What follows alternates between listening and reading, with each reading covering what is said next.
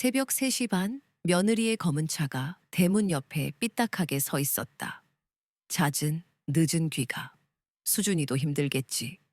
빗자루를 들고 차 주변을 쓸었다. 빗자루 끝에 끈적한 액체가 묻어났다. 가로등 아래 빗자루 끝이 건붉게 물들었다. 핏빛. 가슴이 철렁 내려앉았다. 설마 사고? 빗자루 끝을 액체에 가져다 댔다. 끈적하고 비릿했다. 피었다. 심장이 쿵쾅거렸다. 며느리가 사고를 숨기는 걸까? 트렁크가 한 뼘쯤 열려 있었다. 틈새로 검은 비닐이 보였다.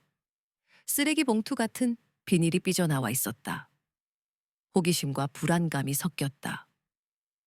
트렁크를 조금 더 들어 올렸다. 삐걱, 녹슨 경첩 소리가 새벽을 찢었다. 으악, 비명이 터져 나왔다. 손으로 입을 막았지만 늦었다. 찢어진 검은 비닐 사이로 하얗게 탈색된 살던거리가 보였다. 피부인지 살코기인지 알 수 없었다. 몸을 숙였다. 끔찍한 냄새가 코를 찔렀다. 썩은 고기 냄새와 화학약품 냄새가 뒤섞인 악취. 뒷걸음질치다 빗자루를 떨어뜨렸다. 쨍그랑. 빗자루가 시멘트 바닥에 부딪히는 소리가 새벽의 정적을 깼다. 집안에서 불이 켜졌다. 현관문이 벌컥 열렸다. 며느리였다. 트렁크 앞에 선 나를 본 며느리의 얼굴이 돌처럼 굳었다. 어머님, 그거 보셨어요? 질문이 아닌 확인. 답을 아는 듯한 말투. 며느리가 다가왔다. 맨발이었지만 망설임은 없었다. 차가운 시멘트 바닥을 성큼성큼 걸어왔다. 수진아, 이게 뭐니? 목소리가 떨렸다. 트렁크 안에 그것보다 며느리가 더 무서웠다. 며느리가 트렁크를 쾅 닫았다. 총소리처럼 크게 울렸다.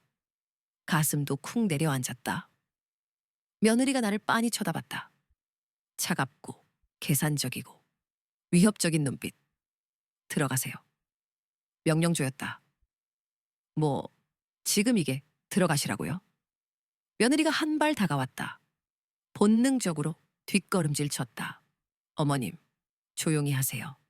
이웃들 깨겠어요. 며느리가 뒤를 돌아봤다. 다행히 옆집은 아직 조용했다.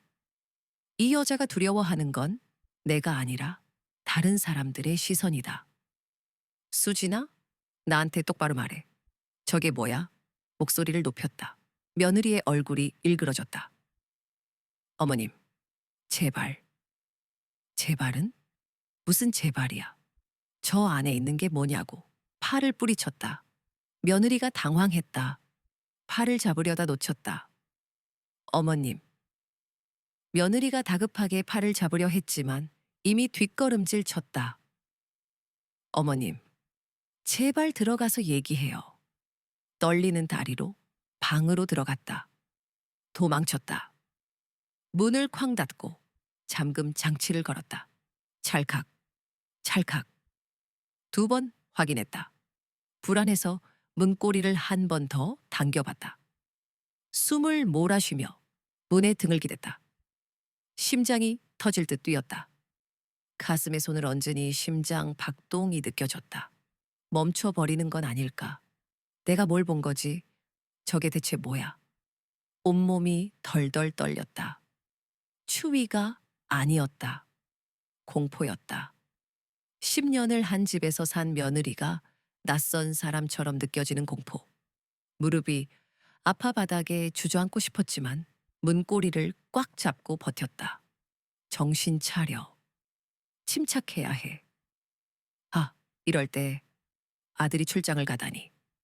아들이 있었으면 도움이 됐을 텐데 주머니를 더듬었다. 휴대폰이 없었다. 아침에 혈압 재고 거실 탁자에 올려뒀다. 매일 아침 혈압약 먹기 전에 혈압을 재는 게 습관이었다. 오늘은 너무 일찍 일어나는 바람에 그냥 나왔다. 똑똑. 문 두드리는 소리가 났다. 부드러운 노크였지만 망치 소리처럼 크게 들렸다. 어머님, 괜찮으세요? 문 밖에서 며느리 목소리가 들렸다. 대답하지 않았다. 못했다.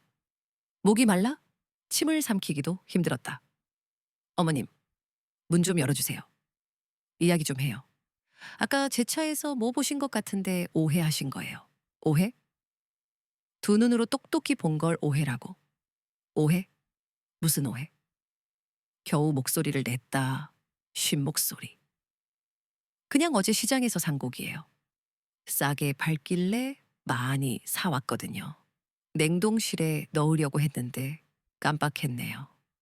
문틈으로 며느리의 한숨소리가 들렸다.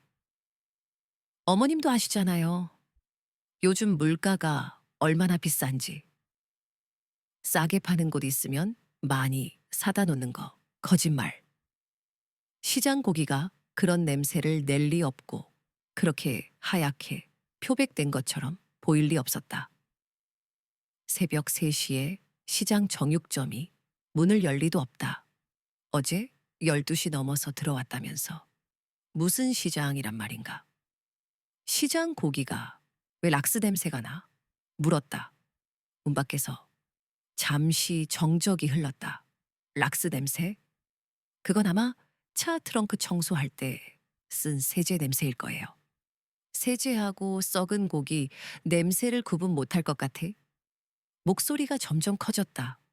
용기가 조금씩 생겼다. 문고리가 달그락거렸다. 며느리가 문을 열려고 하는 것 같아왔다. 잠갔다는 걸 확인하는 소리. 급히 문고리를 안쪽으로 당겼다. 문이 열릴까봐 온 힘을 다해 잡았다. 어머님, 문 좀 열어요. 얼굴 보고 이야기해요. 싫어. 저리 가. 왜 이러세요? 제가 어머님한테 뭘 어떻게 한다고. 괜찮다니까. 좀 내버려. 목소리가 떨려서 크게 나왔다. 너무 크게 질러서 목이 아플 정도였다. 네, 알겠어요. 며느리의 목소리가 차분해졌다. 그런데 어머님, 오늘 일은 그냥 잊어주세요. 뭘 잊어? 쓸데없는 오해로 동네에 소문나면 곤란하잖아요. 경고가 담겨 있었다. 협박인지 부탁인지 모를 톤. 준호 씨도 회사에서 힘든데 이상한 소문 나면 더 힘들어질 거예요. 그의 손끝이 떨렸다. 며느리의 검은 차가 삐딱하게 서 있는 모습이 다시 떠올랐다. 빗자루에 묻어놨던 건붉은 핏빛, 코를 찌르던 악취, 그리고 검은 비닐 사이로 보이던 하얀 살덩거리. 잊을 수 있을 리가 없었다. 잊어서는 안 된다. 아들에게 알려야 한다. 하지만 지금 당장은 너무 무서웠다. 며느리가 무슨 짓을 할지 몰랐다. 방문을 잠근 채 꼼짝도 할 수 없었다. 새벽의 어둠 속에서 공포에 질린 채 떨고 있었다. 휴대폰을 가지러 가야 하는데, 아들에게 연락해야 하는데. 하지만 문을 열고 나가는 순간 며느리가 무슨 짓을 할지 상상조차 할 수 없었다. 며느리의 차가운 눈빛이 뇌리에서 떠나지 않았다. 그 눈빛은 분명 무언가를 감추고 있었다. 끔찍한 비밀을. 며느리의 숨소리가 차가웠다. 어머님도 그걸 원치 않으시죠? 아들을 방패 삼는 비겁함이라니. 건망증은 또 어떻고. 가스밸브 잠그는 걸 잊은 게 벌써 몇 번째더라. 속이 울렁거렸다. 썩은 고기와 화학약품이 뒤섞인 악취가 코를 찔렀다. 안 돼.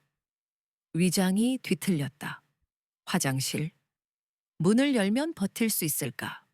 공포와 생리적 욕구가 충돌했다. 구역질이 올라왔다. 이번엔 진짜였다. 목구멍까지 차오르는 역겨움. 안 돼.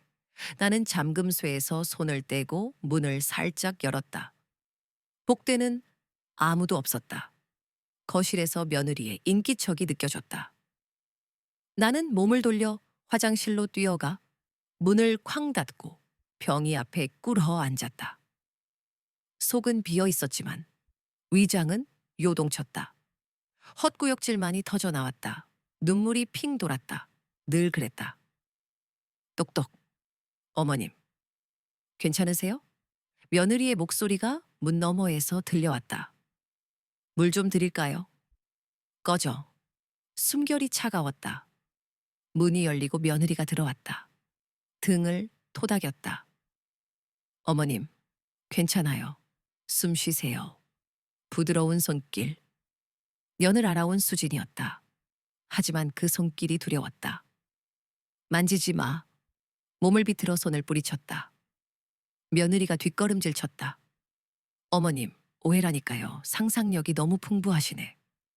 속은 조금 진정됐지만 악취는 여전히 맴돌았다. 어머님, 양치라도 하세요. 물 떠다 드릴게요. 며느리가 나갔다. 나는 떨리는 다리로 일어나 세면대에 기댔다. 거울 속 얼굴이 창백했다. 입에는 식은땀이 송골송골 맺혀 있었고 머리카락이 달라붙어 있었다. 찬물로 얼굴을 씻었다. 차가운 물이 정신을 깨웠다. 내가 정말 본 걸까? 착각이 아니야. 뭔가 있어. 분명히 뭔가 있다. 아까는 제가 실수했어요. 놀라셨죠? 새벽에 갑자기 그런 걸 보시면 당연히 놀라시죠. 며느리가 부드럽게 말했다. 정말로 그냥 고기예요? 보여드릴게요. 앞치마를 벗으며 현관으로 향했다. 나도 따라 나갔다. 밖은 환했다. 아침 햇살이 마당을 비추고 있었다. 새벽의 으스스함은 사라지고 없었다. 어머님, 이리 와보세요. 며느리가 웃으며 트렁크를 열었다. 나는 눈을 의심했다. 트렁크 안은 완전히 달라져 있었다. 깔끔하게 포장된 정육점 봉투들이 가지런히 놓여 있었다. 등급 스티커가 붙은 스티로폼 박스도 있었고 심지어 영수증까지 보기 좋게 올려져 있었다. 봐요, 이모 어머님. 그냥 고기예요. 며느리가 봉투 하나를 들어 보였다. 투명한 비닐 안에 붉은 소고기가 들어 있었다. 정육점에서 파는 그대로였다. 어제 정육점 세일에서 많이 사왔어요. 할인이었거든요. 영수증을 보여주기까지 했다. 이게 아니었는데 나는 중얼거렸다. 분명히 아침에 본 것은 이게 아니었다. 검은 비닐, 끔찍한 하얀 덩어리는 흔적도 없었다. 대신 트렁크 전체에서 진한 향수 냄새가 났다. 방향제를 뿌린 게 분명했다. 악취를 감추려고.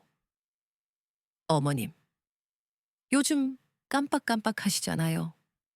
며느리가 트렁크를 닫으며 말했다. 병원 가 보셔야 하는 거 아니에요. 걱정하는 척했지만 비웃는 듯한 말투. 며느리의 눈이 초승달처럼 휘어졌다. 내가 분명히 봤어. 하얀 그게 있었다고? 억울했다. 내가 미친 사람도 아닌데 왜 이렇게 몰아가는 걸까? 하긴 새벽에 어두웠으니까 잘못 보셨을 수도 있죠. 며느리가 고개를 갸웃거렸다. 가로등 불빛에 비닐이 반사되면 하얗게 보이거든요. 특히 투명 비닐은 더 그래요. 교묘했다. 내 말을 부정하면서도 대놓고 거짓말쟁이 취급은 하지 않았다. 어머님이 착각하신 거예요. 라고 부드럽게 설득하는 것 같았다. 그리고 어머님, 오늘 오전에 복지관 가시는 거 잊지 마세요. 갑자기 화제를 돌렸다. 복지관. 네. 치매 예방 프로그램 신청하셨잖아요. 오늘이 첫날이에요. 치매. 그 단어가 비수처럼 꽂혔다. 나 치매 아니야. 나는 소리쳤다. 알아요, 알아요. 그냥 예방 차원이잖아요. 며느리가 달래듯 말했다. 요즘은 새 넘으면 다들 하시더라고요. 뇌 운동도 되고 좋대요. 난 안 가. 그래도 신청하신 거니까. 첫날인데 안 가시면 자리가 날아가요. 다시 신청하려면 몇 달은 기다려야 한대요. 거짓말이었다. 내가 치매 예방 프로그램 따위를 신청한 적이 없었다. 나는 본능적으로 뒷걸음질 쳤다. 이마가 뜨겁네. 열이 있으신가? 손을 뻗어 내 이마를 짚으려 했다. 나는 고개를 돌렸다. 만지지 마. 돌아서는 내게 며느리가 마지막으로 말했다. 어머님, 앞으로는 쓸데없는 상상 그만하세요. 목소리가 차가웠다. 아무도 안 믿을 거예요. 그 말이 무슨 의미인지 알 것 같았다. 내가 뭘 봤든 증거는 이미 사라졌다. 이제 누구한테 말해도 나만 이상한 사람이 되는 거다. 며느리가 집 안으로 들어갔다. 나는 한참 동안 다리가 떨려서 움직일 수가 없었다. 햇빛이 따갑게 내리쬐고 있었지만 온몸이 차가웠다. 내가 정말 착각한 걸까? 아니야. 분명히 봤어. 그 냄새도 맡았고. 점심 무렵 정수기를 만나러 갔다. 대문을 나서는데 다리가 후들거렸다. 오전 내내 방에 있었는데도 피곤했다. 정신적으로 지쳐서 그런가 봐. 정수기네는 우리 집에서 셋집 건너에 있었다. 년 전 이 동네로 이사 왔을 때부터 친하게 지냈지. 남편들끼리도 잘 맞아서 가족처럼 지냈는데 정숙이 남편이 작년의 암으로 세상을 떠난 후로는 서로 더 의지하게 됐다. 초인종을 누르니 금방 문이 열렸다. 어머, 언니 웬일이야? 정숙이가 반갑게 맞아주었다. 하지만 내 얼굴을 보자마자 표정이 굳어졌다. 언니 얼굴이 왜 그래? 무슨 일 있어? 정수가 말이 나오지 않았다. 목구멍이 메어서. 일단 들어와 차라도 한잔하면서 얘기해. 정수기네 거실은 깔끔했다. 혼자 살아도 늘 정리정돈이 잘 되어 있었다. 창계는 화분들이 줄지어 있었고 탁자 위에는 꽃병의 국화가 꽂혀 있었다. 거실에 앉자마자 눈물이 왈칵 쏟아졌다. 언니 왜 그래? 무슨 일이야? 정수기가 놀라서 티슈를 건넸다. 정수가 내가 오늘 아침에 본 것을 전부 얘기했다. 떨리는 목소리로. 새벽에 마당을 쓸다가 발견한 것. 트렁크 안에 있던 그것. 며느리의 차가운 표정. 그리고 몇 시간 만에 바뀐 증거까지. 정수기는 중간에 끼어들지 않고 끝까지 들어주었다. 가끔 눈살을 찌푸리거나 고개를 갸웃거릴 뿐이었다. 언니, 그게 정말이야? 정숙의 질문에 심장이 쿵 내려앉았다. 내가 거짓말하는 사람으로 보여? 정숙은 난처한 표정이었다. 아니, 그런 게 아니라 요즘 언니가 스트레스를 많이 받잖아. 며느리한테 구박받는다고. 맨날 그건 그거고 이건 이거야.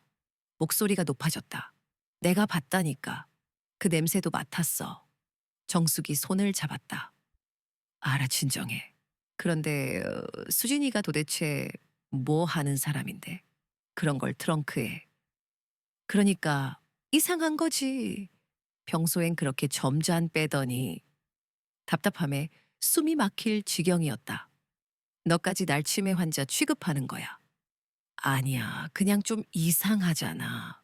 수진이가 그럴 사람은 아닌데 사람을 겉만 보고 어떻게 알아? 년을 같이 살아도 모르는데. 정숙은 잠시 생각에 잠기더니 목소리를 낮췄다. 근데 언니, 요즘 우리 동네에 이상한 일이 있긴 해. 몸을 앞으로 기울였다. 뭔데? 배탈 환자가 늘었어. 심장이 쿡 쑤시는 듯 했다. 배탈? 응, 지난주부터인가? 동네 사람들이 자꾸 배앓이를 해. 우리 앞집 영긴네도 그렇고 뒷집 김 사장님도 그렇고. 그게 왜? 다들 뭘 잘못 먹었나 하는데. 정숙이 더 가까이 다가왔다. 공통점이 있어. 뭔데? 마라탕집. 정숙의 말에 온몸에 소름이 돋았다.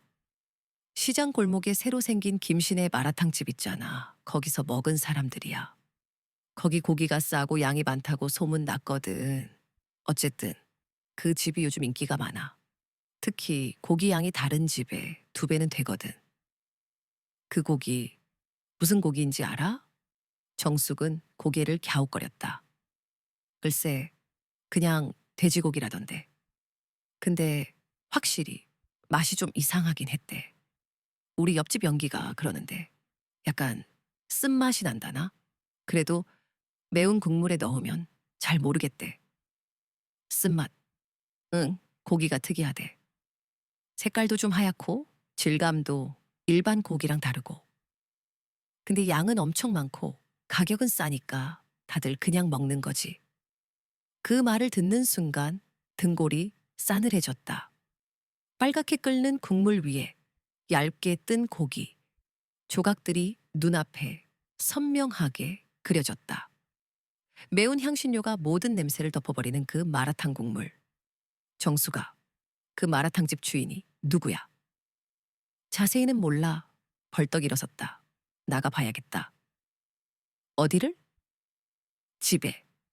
뭔가 더 찾아봐야 해. 정숙이 팔을 잡았다. 언니, 그냥 경찰에 신고하는 게 뭘 신고해? 증거도 없는데. 다들 나 미친 노인네 취급만 할 거야. 정숙이 제 팔을 잡았다. 그럼 나도 같이. 아니, 넌 여기 있어. 혹시 무슨 일 생기면 내가 연락할게. 정숙의 집을 나서며 결심했다. 뭔가 증거를 찾아야 해. 확실한 증거를. 집으로 돌아가는 길, 머릿속은 복잡하게 얽혀 있었다. 집에 돌아온 나는 마당을 천천히 돌았다. 며느리 차는 없었다.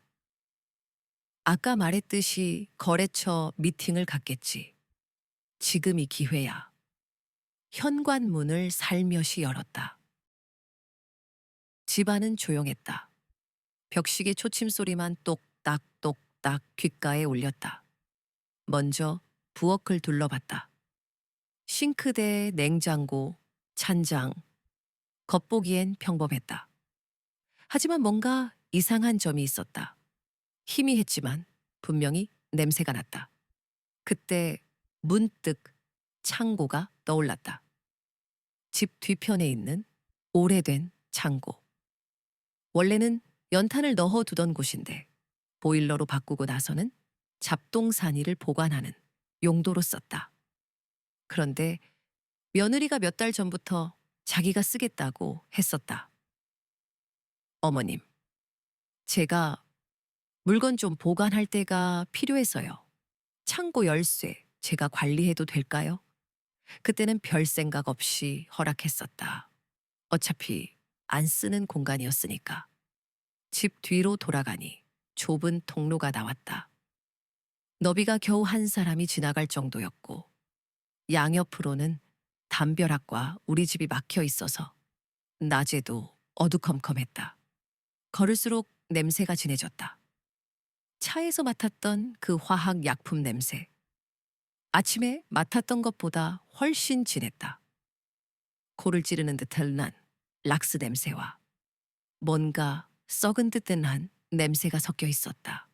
창고 앞에 섰다. 나무 문이었는데 아래쪽이 좀 썩어 있었다. 문틈으로 희뿌연 연기 같은 게 새어나왔다. 아니, 연기가 아니라 냄새가 너무 진해서 그렇게 보이는 건지도 모르겠다. 뭘 보관한다고 했었지?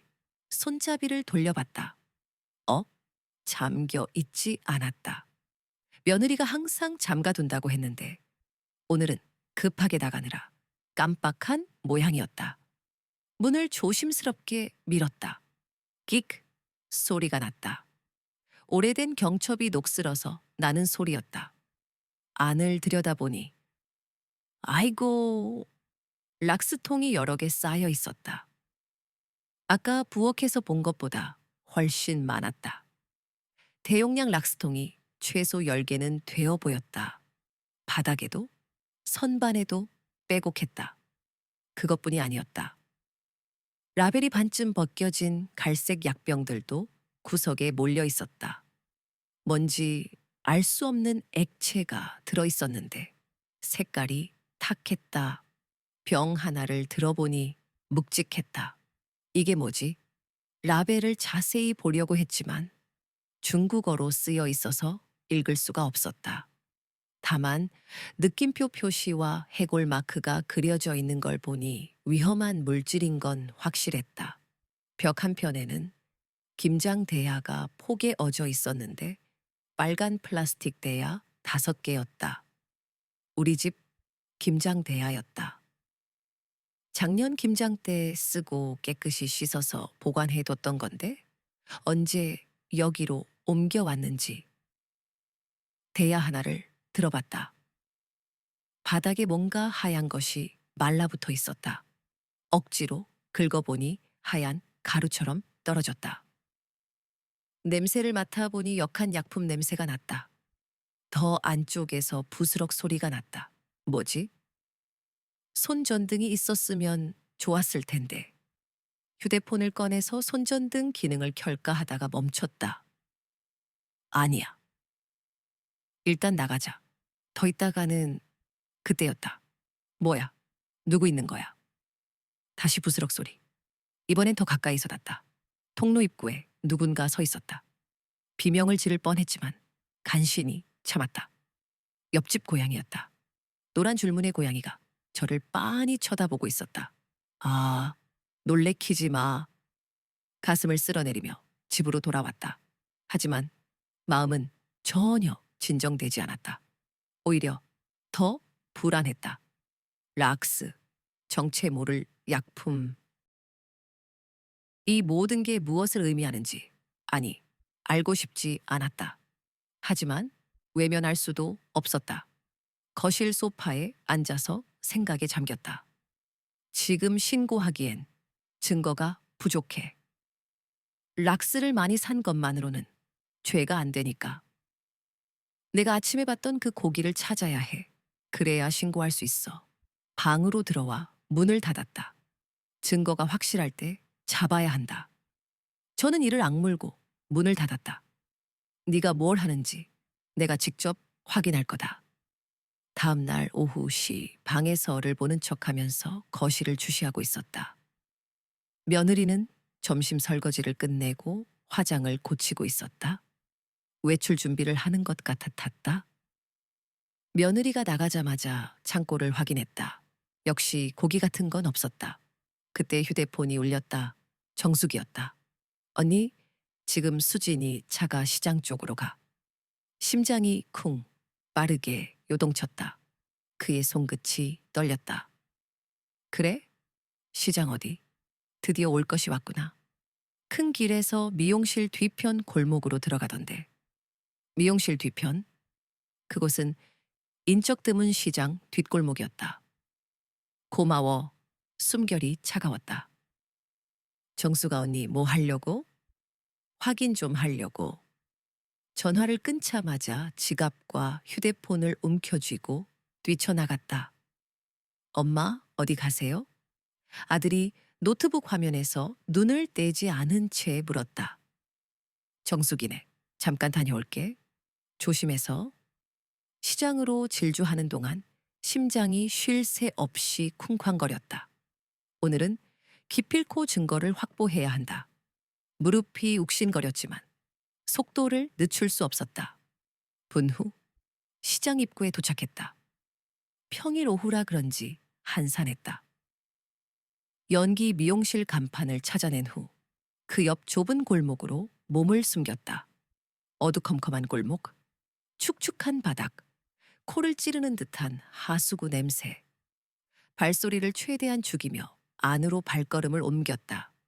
모퉁이를 돌자 며느리의 차가 멈춰 서 있었다. 전봇대 뒤에 바싹 몸을 숨기고 숨을 죽였다. 검은 운동복 차림에 모자까지 눌러쓴 모습이 얼굴을 가리려는 듯 했다. 며느리가 트렁크에서 아이스박스를 꺼냈다. 스티로폼 박스는 꽤나 묵직해 보였다. 낑낑대며 들어올리는 며느리의 손끝이 미세하게 떨렸다. 박스 위 투명 비닐, 젖은 한쪽 모서리에서 햇빛에 반사되어 붉은 액체가 번들거렸다. 피었다. 손끝이 더욱 격렬하게 떨려왔다. 휴대폰 카메라 앱을 실행하고 동영상 녹화 버튼을 눌렀다. 며느리가 아이스박스를 끌며 골목 안쪽으로 움직였다. 일정한 거리를 유지하며 그녀의 뒤를 쫓았다. 골목 끝, 낡은 건물층에 김신의 마라탕, 간판이 걸린 작은 음식점이 눈에 들어왔다. 정수기가 말했던 바로 그곳이었다. 테이블 몇 개가 덩그러니 놓인 텅 빈 가게 안, 주방에서 희미한 그림자가 어른거렸다.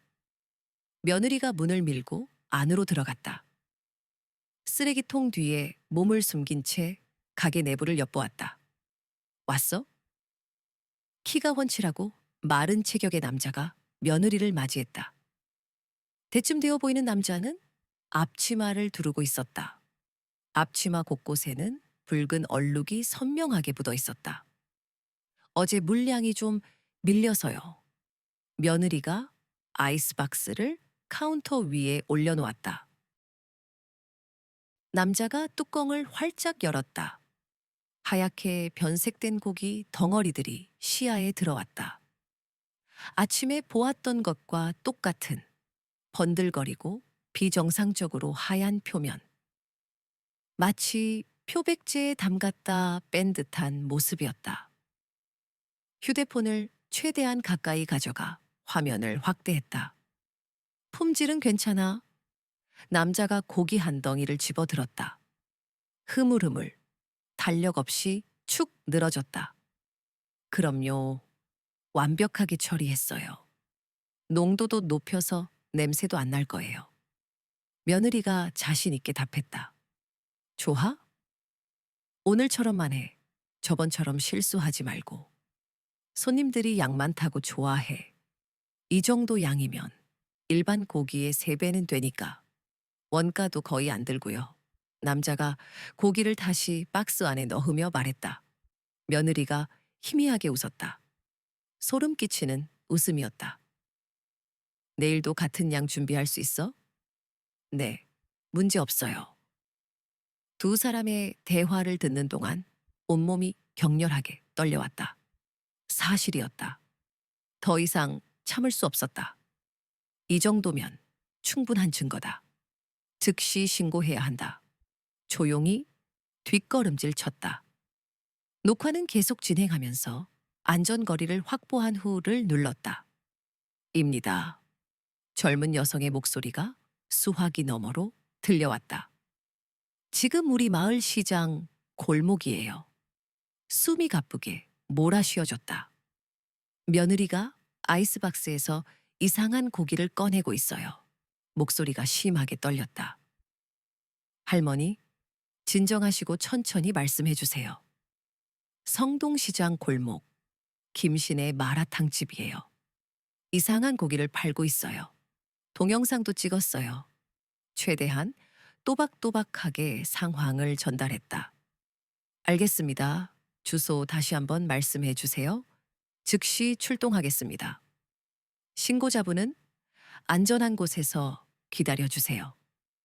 통화를 종료하고 다시 가게 쪽으로 시선을 돌렸다. 며느리는 여전히 남자와 이야기를 나누고 있었다. 분쯤 흘렀을까? 멀리서 희미한 사이렌 소리가 들려오기 시작했다. 윙. 점점 가까워지는 소리의 가게 안이 술렁이기 시작했다. 남자가 창밖을 내다보더니 며느리에게 다급하게 외쳤다. 빨리 가. 이거 다 치워. 남자는 가게 안으로 황급히 뛰어들어갔고 며느리도 서둘러 차로 향했다. 하지만 이미 늦었다. 순찰차 2대가 골목 안으로 진입했다. 좁은 골목길은 순식간에 봉쇄되었다. 뒤이어 보건소, 차량도 도착했다.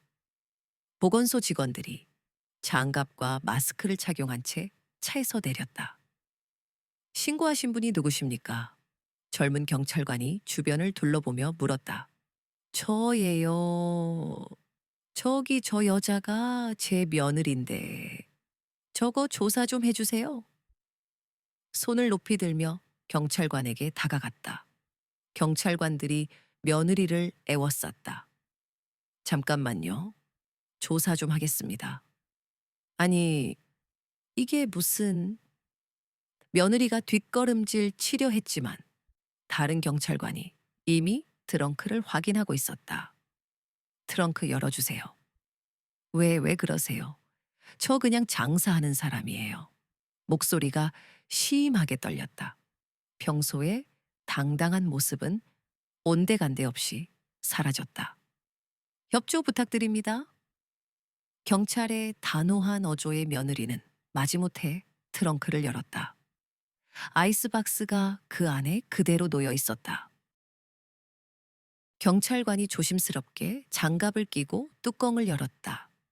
뚜껑이 열리는 순간, 으, 젊은 경찰관이 급히 고개를 돌리며 코를 막았다. 얼굴이 심하게 일그러졌다. 이게 뭡니까? 선임 경찰관도 손으로 코를 가린 채 뒷걸음질 쳤다. 락스 냄새와 썩은 내장 같은 비린내가 뒤섞여 코를 찌르는 듯 했다. 마치 하수구를 그대로 열어놓은 듯 역한 냄새가 사방으로 퍼져나갔다. 아이고 냄새. 지나가던 할머니가 비명을 지르며 황급히 자리를 피했다. 뭐야? 무슨 냄새가 이렇게 심해? 과일 가게 사장이 코를 막으며 다가왔다가 급히 뒷걸음질 쳤다. 순식간에 사람들이 몰려들기 시작했다. 며느리의 얼굴이 창백하게 질려 있었다. 그녀의 시선은 아이스박스에 고정되어 있었다. 마치 모든 것이 끝났다는 것을 예감한 듯한 절망적인 표정이었다. 그녀의 어깨가 미세하게 떨리고 있었다. 경찰차가 왜 이렇게 많아? 퀴퀴한 냄새가 코를 찔렀다. 시장 상인들이 순식간에 몰려들었다. 생선 가게 아저씨, 반찬 가게 아줌마, 떡집 할머니까지 20명이 넘었다. 토할 것 같아. 젊은 여자가 입을 막고 돌아섰다. 이거 무슨 냄새야? 경찰관이 수건으로 코를 막았다. 그냥 돼지고기예요. 정상적인 고기라니까요. 며느리가 목소리를 높였다. 정상이라고? 이 냄새가 정상이야? 야채 가게 아저씨가 소리쳤다. 돼지고기가 왜 이렇게 하야해? 그리고 이 약품 냄새는 뭐야? 경찰관이 아이스박스를 들여다봤다. 이거 표백제 냄새 아닙니까? 아니에요. 그냥 얼음이 녹아서. 며느리가 급하게 변명했다. 정육점 사장이 나섰다. 내가 년째 고기 장사하는데 이건 정상 고기가 아니야. 사람들 사이를 비집고 아이스박스를 들여다봤다. 어머나, 이건 폐기해야 할 고기잖아. 색 좀 봐. 회백색이야. 그게 아니라. 닥쳐. 이런 걸 사람한테 먹였다고. 정육점 사장이 분노했다. 사람들이 웅성거렸다. 잠깐 저 여자 김신의 마라탕집에 고기 되는 사람 아니야? 맞아. 내가 봤어. 일주일에 2번씩 와. 어머, 저거 설마 우리가 먹은 거 아니야? 순간 정적이 흘렀다. 그리고 폭발했다. 저 더러운 고기를 우리한테 먹인 거야. 한 아주머니가 입을 가렸다. 우리 애가 어제 거기서 먹고. 젊은 엄마가 비명을 질렀다. 유모차를 끌고 있던 엄마였다. 우리 아기도 국물 먹었어. 6개월 된 아기한테 이런 걸. 눈물을 글썽이며 며느리에게 달려들려 했지만 경찰이 막았다. 저 마라탕집 고기잖아.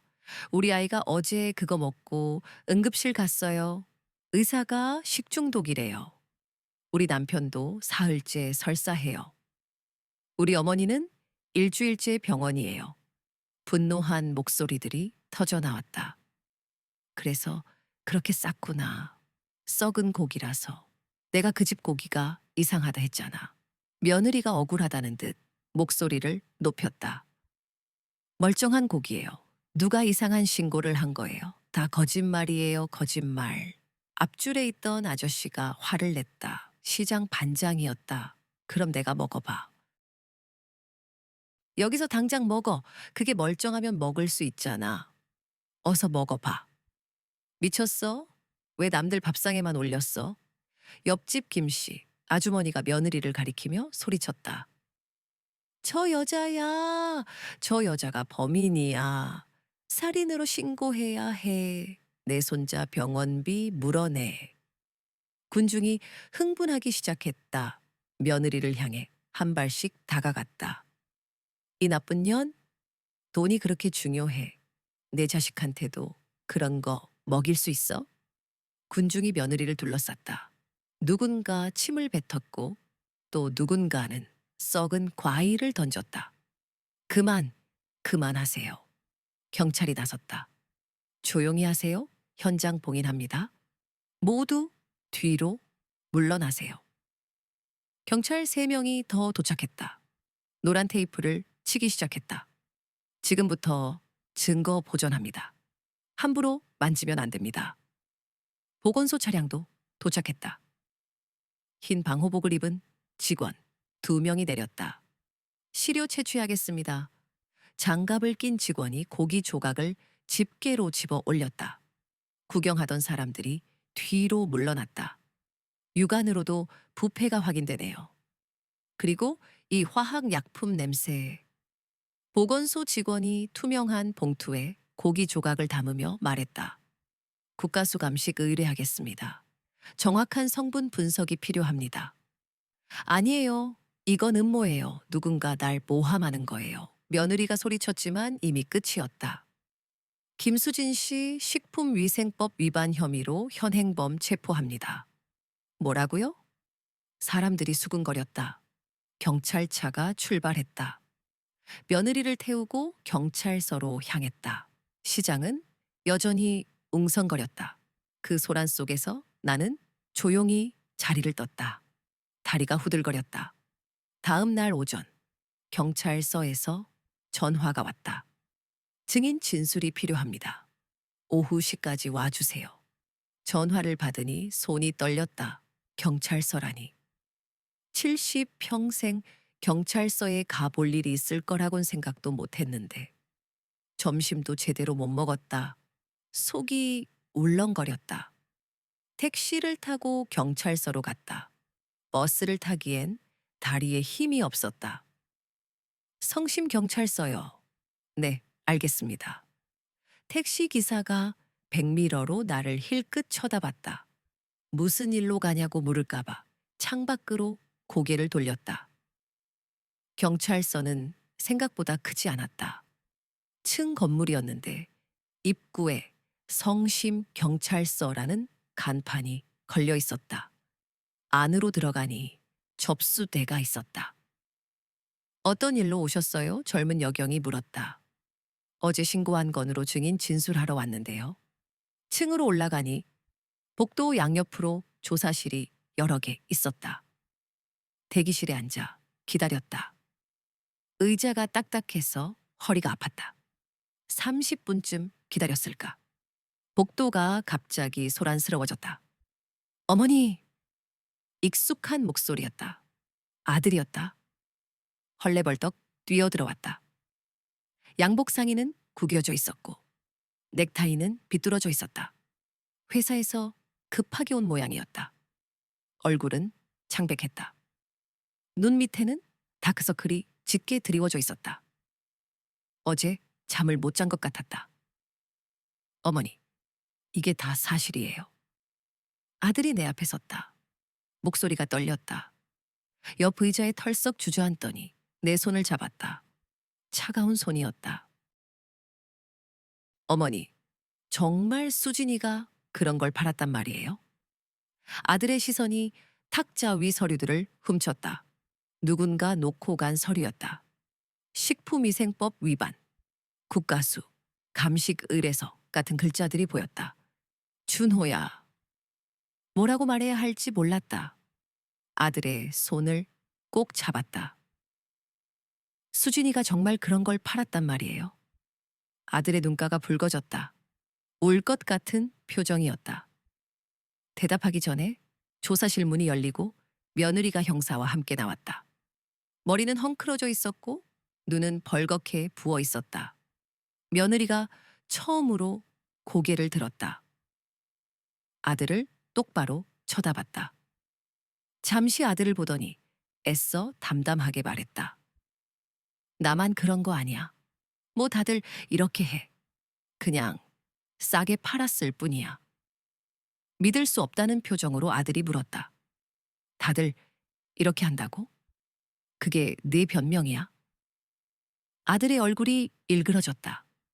분노와 배신감이 뒤섞인 표정이었다. 그래서 그게 변명이야? 썩은 고기를 약품에 씻어서 팔았다는데 썩은 게 아니라. 그럼 뭔데? 도축장에서 버린 폐기물이라면서. 아들의 목소리가 복도에 울려 퍼졌다. 지나가던 경찰관들이 쳐다봤다. 목소리 낮춰요. 형사가 개입했지만 아들은 멈추지 않았다. 그럼 네가 먹어봐. 아들이 한 발 더 다가갔다. 어떻게 이럴 수가 있어? 형사가 다가왔다. 피의자 추가 조사 있습니다. 동행하시죠? 며느리가 형사를 따라 다시 조사실로 들어갔다. 문이 닫히기 전 잠깐 뒤를 돌아봤다. 아들을 보는 눈빛이 아니었다. 원망이 가득한 시선은 칼날처럼 나를 겨눴다. 내가 신고만 안 했어도 속삭이는 듯 했다. 아들은 복도 의자에 힘없이 주저앉았다. 옆에 앉았지만 어떤 위로도 닿지 않을 것 같았다. 엄마, 언제부터 알고 있었어? 아들이 고개를 들었다. 핏발선 눈이 붉게 타올랐다. 왜 나한테는 말 안 했어? 며칠 전부터 목소리엔 날 선 원망이 서려 있었다. 너는 내 말을 믿지 않았잖아. 아들의 어깨가 움찔 떨렸다. 수진이가 치매 검사 받으라고 할 때도 넌 전이 있었고. 아들은 고개를 푹 숙였다. 죄송해요, 미 엄마. 제가 바보였어요. 수진이 편만 들고 엄마 말은 안 믿고. 됐어. 더 듣고 싶지 않았다. 이미 엎질러진 물이었다. 그때 다른 조사실 문이 거칠게 열렸다. 마라탕집 주인이었다. 이것들이 다 미쳤어. 장사하는 게 죄야? 경찰 2명이 양팔을 붙잡고 있었다. 조용히 하세요. 남자는 격렬하게 발버둥 쳤다. 내가 뭘 잘못했다고. 고기 팔았을 뿐이야.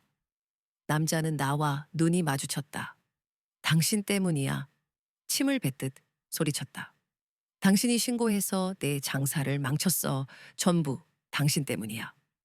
경찰이 남자를 끌고 갔다. 귓가에 욕설이 꽂혔다. 아들의 주먹이 하얗게 굳어졌다. 저 자식이 그만해. 다 끝난 일이야. 며칠 후 텅 빈 부엌에서 된장국을 끓였다. 콩나물을 다듬어 끓는 냄비에 넣었다. 보글거리는 소리가 정적을 메웠다.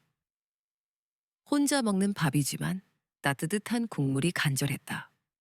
입맛은 없었지만 뭐라도 삼켜야 했다. 이틀 동안 제대로 먹지 못해 현기증이 일었다.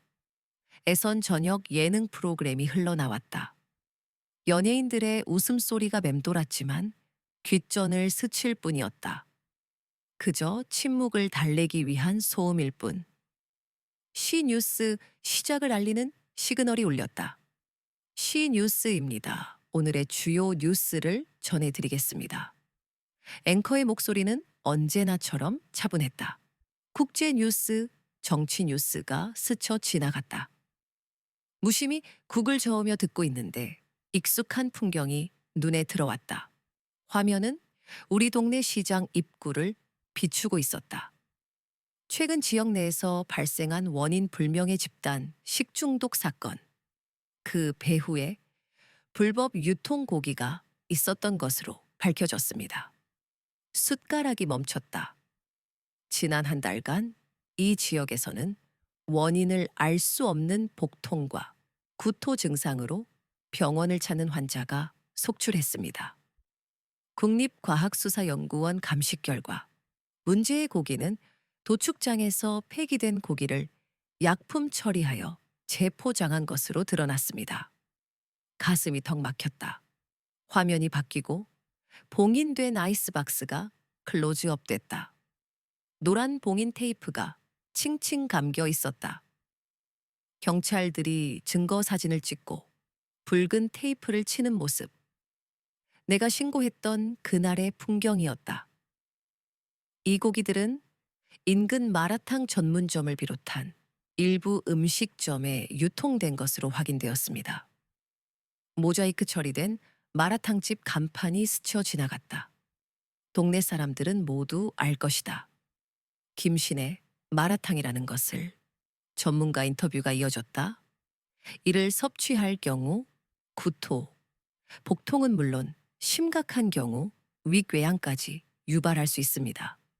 화면에 며느리가 나타났다. 모자이크 처리되었지만 알아볼 수 있었다. 체형, 옷차림. 분명 수진이었다. 불법 체류 신분에 외국인 공범이 연루된 정황도 포착되었으며 현재 신병을 확보하여 조사 중입니다. 해당 음식점들은 즉시 영업 정지 처분을 받았으며를 꺼버렸다. 더 이상 보고 싶지 않았다. 침묵이 짙게 드리워졌다. 뭉근한 김이 피어올랐지만 더는 먹고 싶지 않았다. 두 손으로 얼굴을 감쌌다. 내가 본 것이 모두 사실이었구나. 눈물이 본물처럼 터져 나왔다. 분노보다 깊은 슬픔이 밀려왔다. 배신감보다 사무치는 허망함이 가슴을 짓눌렀다. 우리 가족이 이렇게 무너지다니, 년을 함께 살아온 세월이 주마등처럼 스쳐갔다. 시집와서 처음 수줍게 인사하던 며느리의 모습이 떠올랐다. 어머님, 잘 부탁드립니다. 그때는 정말 예쁜 며느리라고 생각했었는데 밖에서 현관문 열리는 소리가 들렸다. 발걸음 소리에 아들임을 직감했다. 무거운 발걸음이었다. 거실로 들어선 아들의 얼굴은 잿빛으로 굳어 있었다. 며칠 새에 늙어버린 듯 했다. 밥은 먹었니? 습관처럼 물었다. 아니요, 입맛이 없어요. 아들이 식탁 의자를 끌어당겨 앉았다. 된장국 끓였는데 같이 먹자. 네.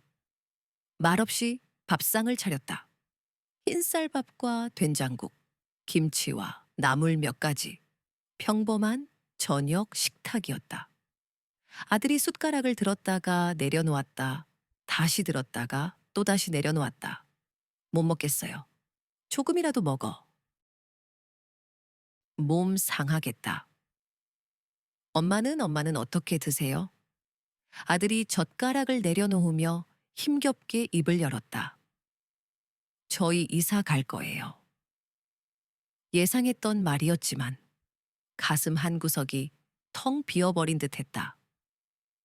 수진이는 아마 실형을 받을 거예요. 여기서는 더 이상 못 살겠어요. 동네 사람들 시선도 그렇고. 그래. 그날 밤 텅 빈 집 안은 침묵에 잠겼다. 부엌으로 향해 김치 냉장고 문을 열었다. 차가운 냉기가 뺨에 닿았다. 맨 위 칸에는 밑반찬들이 정갈하게 놓여 있었고 가운데 칸에는 김치들이 가득했다. 그리고 맨 아래 칸, 깊숙한 곳에 무언가가 숨겨져 있었다. 투명한 비닐에 꽁꽁 쌓여 있었고 주변에는 하얀 서리가 얼어붙어 있었다. 처음에는 평범한 고기 덩어리인 줄 알았지만 자세히 보니 어딘가 기괴했다. 얼음 틈새로 언뜻 보이는 색깔이 묘한 살색을 띠고 있었다. 손끝이 싸늘하게 떨려왔다. 아니야, 잘못 본 걸 거야. 그냥 무겠지. 하얀 물을 비닐에 싸둔 거겠지. 애써 부정했지만 시선을 뗄 수 없었다. 어머님, 뭐 찾으세요? 등 뒤에서 며느리의 목소리가 날카롭게 울렸다. 화들짝 놀라 뒤돌아봤다. 며느리가 부엌 입구에 그림자처럼 서 있었다. 얼굴은 창백하게 질려 있었다. 하지만 그 표정은 순식간에 가면처럼 바뀌었다. 억지로 입꼬리를 끌어올리며 어색하게 웃었다. 김치 넣으려고. 어머님, 며느리의 목소리가 이상했다. 단순한 질문이 아니라 무언가를 확인하려는 듯한 뉘앙스였다. 재빨리 냉장고 문을 닫았다. 아니, 그냥 며느리는 웃고 있었지만 눈은 싸늘하게 식어 있었다. 그 시선은 내 손끝과 김치 냉장고, 서랍을 번갈아 훑었다. 마치 내가 무엇을 만졌는지, 무엇을 보았는지 꿰뚫어 보려는 듯 했다. 머릿속이 하얗게 비워지는 듯 했다. 아들은 이미 오래전 어선을 타고 바다로 떠났다. 다음 달에나 돌아온다고 했다. 그동안 이 집에는 며느리 혼자 있었다. 김치 냉장고, 문 앞에서 시선이 얼어붙었다. 냉장고 표면에 드리워진 기괴한 무늬. 며느리의 눈빛이 칼날처럼 날아와 꽂혔다. 쿵, 쿵, 심장이 불안하게 울렸다. 위협적인 시선에 나도 모르게 손끝이 떨렸다. 허둥지둥 김치통을 꺼내 들었다. 김치만 넣고 갈게. 아니에요, 제가 넣을게요. 며느리의 목소리는 평소와 다름없었지만 냉장고 앞을 막아선 채 꼼짝도 하지 않았다. 불안한 마음에 손이 떨려 김치통을 제대로 잡을 수가 없었다. 냉장고 문을 닫았지만 쿵쾅거리는 심장은 진정되지 않았다. 밥 드시고 가세요. 김치찌개 끓였어요. 어머님이 좋아하시는 돼지고기 넣고요. 며느리가 뚝배기를 내 앞에 놓았다. 붉은 국물이 시야를 가득 채웠다. 김치찌개에 붉은 색깔이 냉장고 속 형체와 겹쳐 보이는 듯 했다. 어머님 왜 안 드세요? 며느리가 내 맞은편에 앉아 물었다. 숟가락을 들어 국물을 떴다. 평소의 시원한 맛은 느껴지지 않고 억지로 국물을 삼켰다. 속이 울렁거렸다. 위장이 격렬하게 꿈틀거렸다. 어머님 괜찮으세요? 며느리가 놀란 표정으로 물었지만 대답할 겨를도 없이 신물이 목구멍까지 치밀어 올랐다. 화장실. 입을 틀어막고 며느리가 가리키는 곳으로 달려갔다. 변기에 엎드려 아침에 먹었던 음식들을 모두 토해냈다. 등줄기를 타고 식은땀이 흘렀다. 무릎에 힘이 풀려 그대로 주저앉았다. 문에 기대 겨우 숨을 고르는데 톡, 톡, 문틈 아래로 무언가 밀려 들어왔다. 플라스틱 컵에 물이 가득 담겨 있었다. 고개를 들어 문 위쪽 틈새를 바라봤다.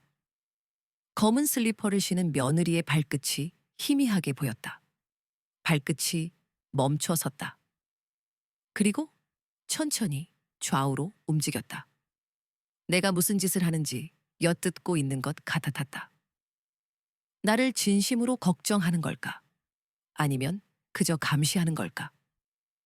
의심이 꼬리를 물고 피어났다.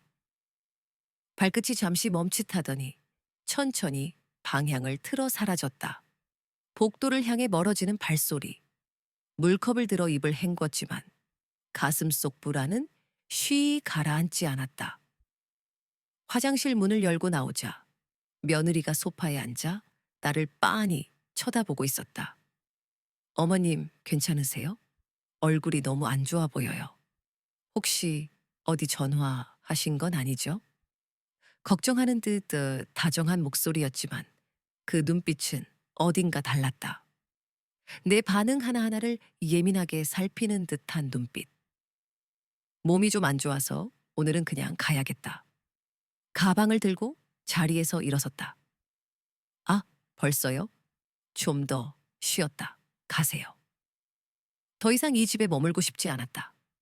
숨 막히는 듯한 기분.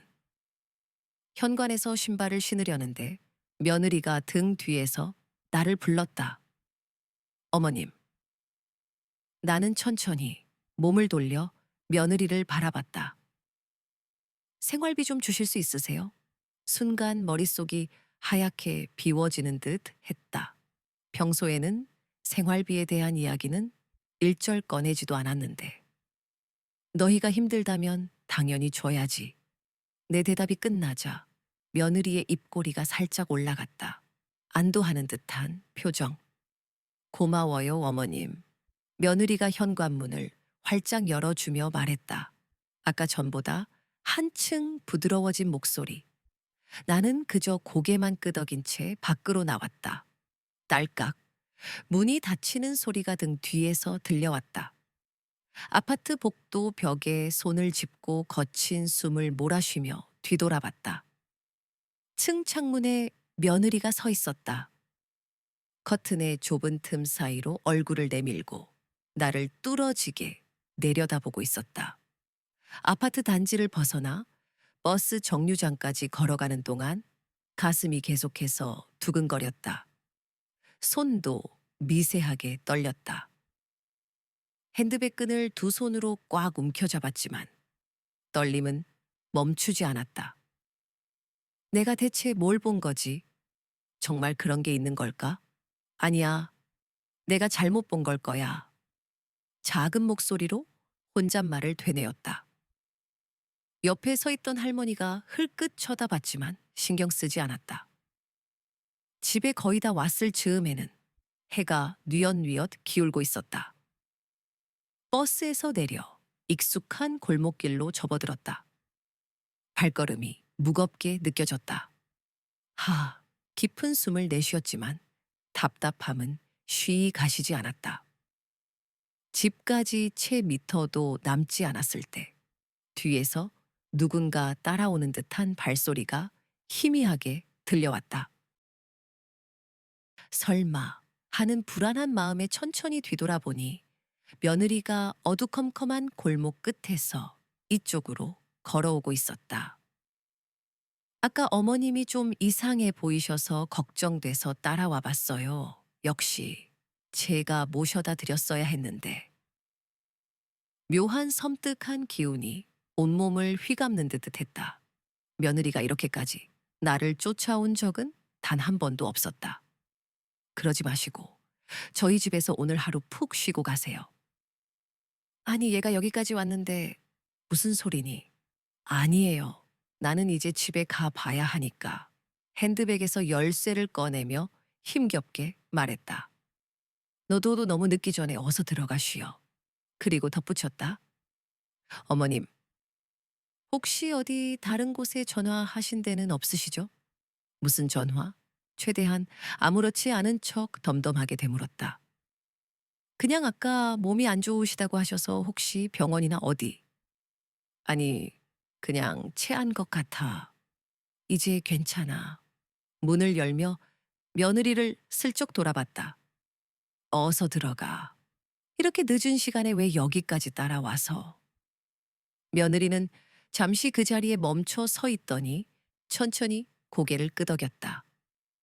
안녕히 가세요. 조심히 들어가세요. 가슴이 철렁 내려앉는 듯했다. 겉으로는 부드러운 목소리였지만 왠지 모르게 잘못 대답하면 안 될 것 같은 강렬한 압박감이 느껴졌다. 김치냉 창고 속 기괴한 무늬가 다시금 머릿속에 떠올랐다. 숨결이 차가웠다. 차가운 눈동자가 나를 꿰뚫었다. 며느리가 낯설었다. 문을 닫고 창틈으로 그녀를 지켜봤다. 며느리는 한참을 서성이더니 시야에서 사라졌다. 으아, 벨소리에 손에서 열쇠가 미끄러졌다. 가슴이 쿵, 쿵, 쿵, 따르릉, 따르릉. 떨리는 손끝으로 핸드폰을 움켜쥐었다. 경숙이었다. 여보세요. 언니, 나 경숙이야. 오늘 아들 집 다녀왔지. 목소리가 왜 그래? 귀여운 척 하는 거야? 아니, 그냥 전화 소리에 깜짝 놀라서 그래. 무슨 일 있어? 목소리가 평소 같지 않아? 아니, 그냥은 무슨. 나 지금 언니 집으로 올라갈게. 곧 초인종이 울렸다. 경숙이 내 얼굴을 샅샅이 훑었다. 어머, 언니 얼굴이 왜 이래? 완전히 넋이 나갔잖아. 들어와? 경숙이 내 손을 붙잡았다. 야, 손이 왜 이렇게 차가워?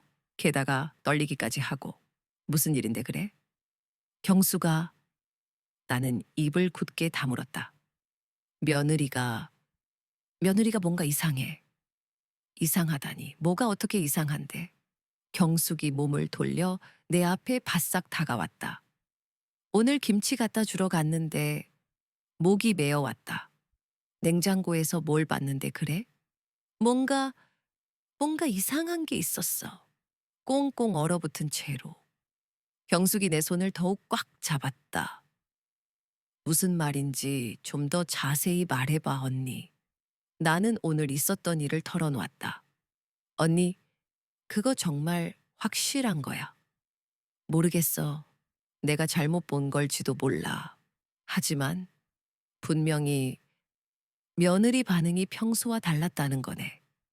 평소에 그 애 같지 않았다는 거고. 경숙이 턱을 괴고 깊은 생각에 잠겼다. 그리고 갑자기 생활비를 달라고 한 것도 이상해. 그것도 하필 오늘. 경숙이 깊게 숨을 쉬었다. 언니, 지금 얼굴이 너무 안 좋아. 이런 일은 그냥 넘어가면 절대 안 돼. 그럼 내가 어떻게 해야 하는데? 내가 아는 곳이 하나 있어. 어떤 곳? 기가 막히게 잘 보는 사람이 있거든. 묘한 일이나 이상한 일이 있을 때 가면 속 시원하게 털어놓을 수 있는 곳. 나는 고개를 가로저었다. 나는 점집 같은 데는 질색이야. 아니야. 거기 아주머니는 정말 신통해. 우리 집 일도 귀신같이 맞췄다니까. 딱 한 번만이라도 가보자. 경숙이 내 손을 잡고 일으켜 세웠다. 지금? 그래. 이런 일은 시간을 끌면 안 돼. 나는 경숙을 따라 집을 나섰다. 혼자서는 도저히 있을 수가 없었다. 자꾸만 그 장면이 머릿속에서 떠나질 않았다. 경숙과 함께 골목길을 걸었다. 심장이 쿵쾅거렸다. 경숙이 발걸음을 멈췄다. 바로 여기야. 낡은 기와 집이었다. 경수가 나는 이런 데는 정말 괜찮아, 언니. 일단 들어가 보자. 경숙이 낡은 대문을 밀었다. 마당에는 화분들이 옹기종기 모여 있었다. 어둠 속에서 희미한 불빛이 새어나왔다. 현관문을 열자 퀴퀴한 향냄새가 코를 찔렀다. 무거운 기운이 온몸을 짓눌렀다. 어서 오세요. 나지막한 중년 여자의 목소리가 들려왔다. 방 안에는 불상과 부적이 가득했다. 여자가 깊숙이 앉아 있었다. 그 여자의 눈은 깊이를 알 수 없었다. 마치 내 속을 꿰뚫어 보는 듯 했다. 앉으세요. 여자가 우리를 향해 손짓했다. 여자는 나를 뚫어지게 바라봤다. 마치 내 마음속을 전부 읽어내는 것만 같았다. 이 집에. 여자가 드디어 입을 열었다. 차가운 기운이 가득하구나. 나는 숨을 멈췄다. 그건 살아있는 것이 아니에요. 숨이 턱 막혔다. 경숙이 내 팔을 붙잡았다.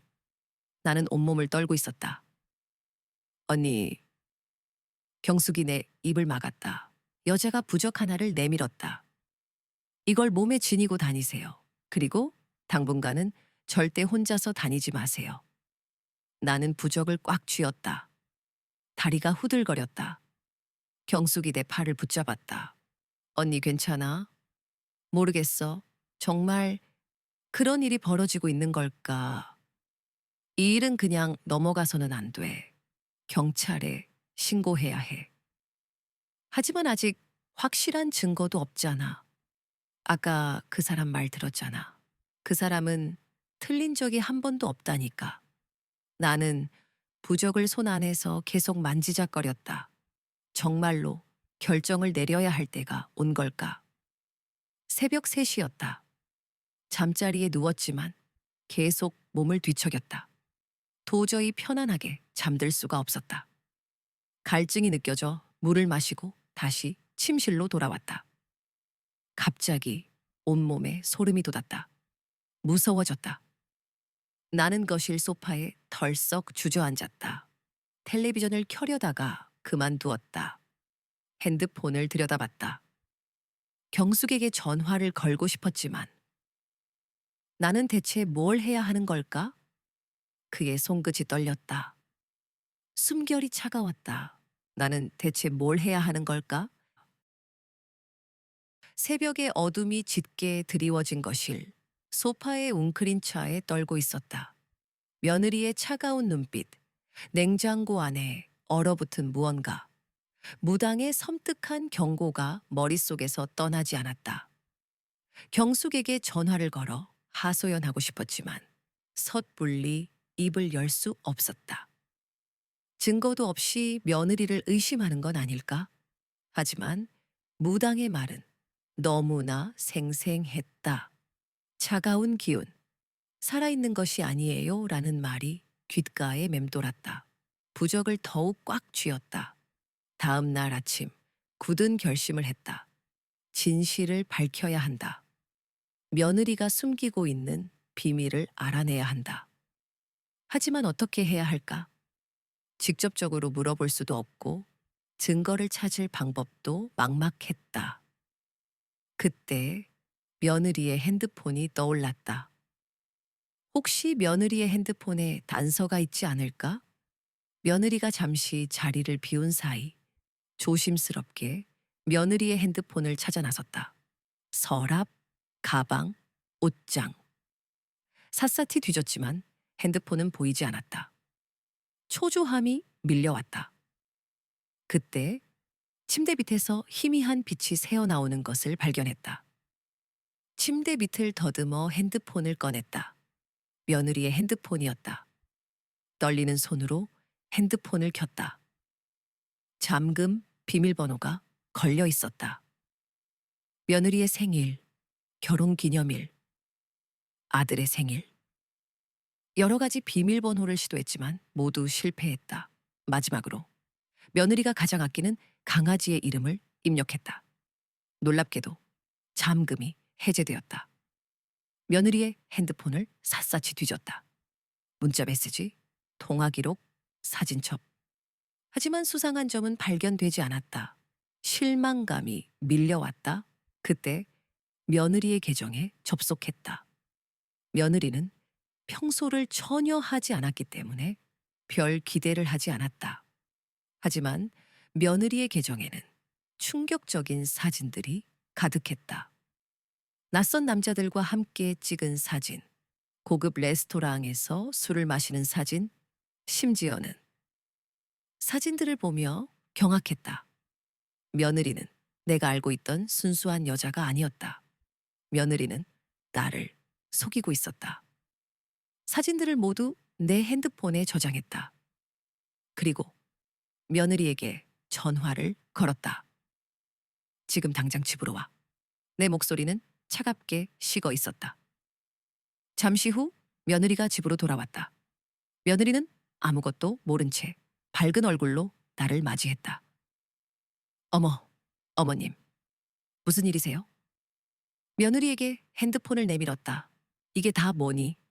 며느리의 얼굴이 하얗게 질렸다.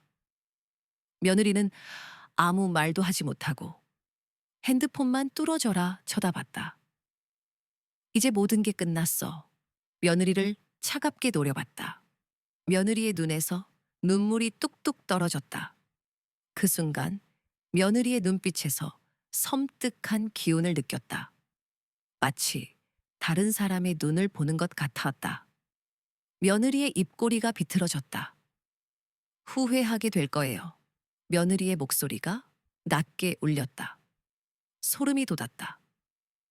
어머니 장례식장에서 남편이 다른 여자와 나타난 것도 충격이었지만 내 눈앞에서 그 여자가 웃었다. 그 웃음은 칼날처럼 심장을 찔렀다. 내가 잘못 본 걸까? 며느리에게 평생 꼬투리를 잡힐지도 모른다.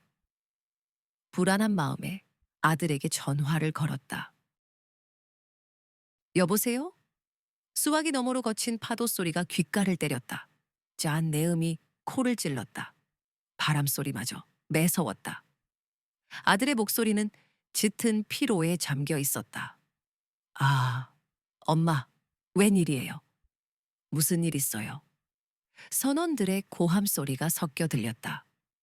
아니, 그냥 별일 없나 해서. 일은 많이 힘들지?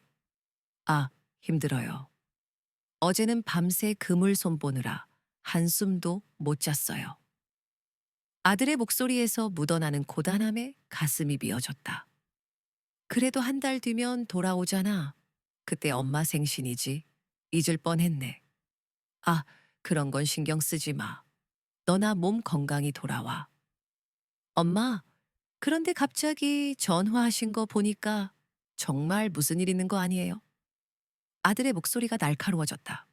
아니야. 그냥 요즘 네 아내가 좀 예민해진 것 같아서. 예민해요? 뭐가요? 평소랑 좀 다르더라고. 많이 피곤해 보이고. 아, 그게요. 요즘 혼자 있어서 그런가 봐요. 저도 걱정되긴 한데 파도 소리가 더욱 거세졌다. 아들아, 혹시 손바닥에 땀이 배어 나왔다. 숨결이 차가웠다. 뭐요? 엄마? 너희 혹시 임신했니? 심장이 쿵 내려앉는 듯했다. 짧은 침묵. 귓게는 파도 소리만이 맴돌았다. 아니요? 무슨 소리예요, 연마? 아들의 목소리는 당황스러움으로 가득 차 있었다. 그런데 왜 갑자기 임신 얘기를 하세요? 혹시 아내가 엄마한테 뭔가 말했나요? 아니, 그냥 전혀 가능성이 없는 거야. 그럴 리 없죠. 제가 나가기 전에도 그런 계획은 없었고요. 아들이 웃으며 대답했다. 그리고 그런 일이 있었으면 엄마한테 제일 먼저 알렸겠죠. 그 웃음에서 티끌만큼의 의심도 느껴지지 않는 순간 오히려 가슴이 더 철렁 내려앉았다.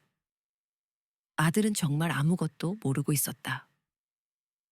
엄마, 그런데 아내가 정말 몸이 안 좋다고 했어요. 병원은 가봤나요? 아니, 그냥 좀 피곤해 보인다고.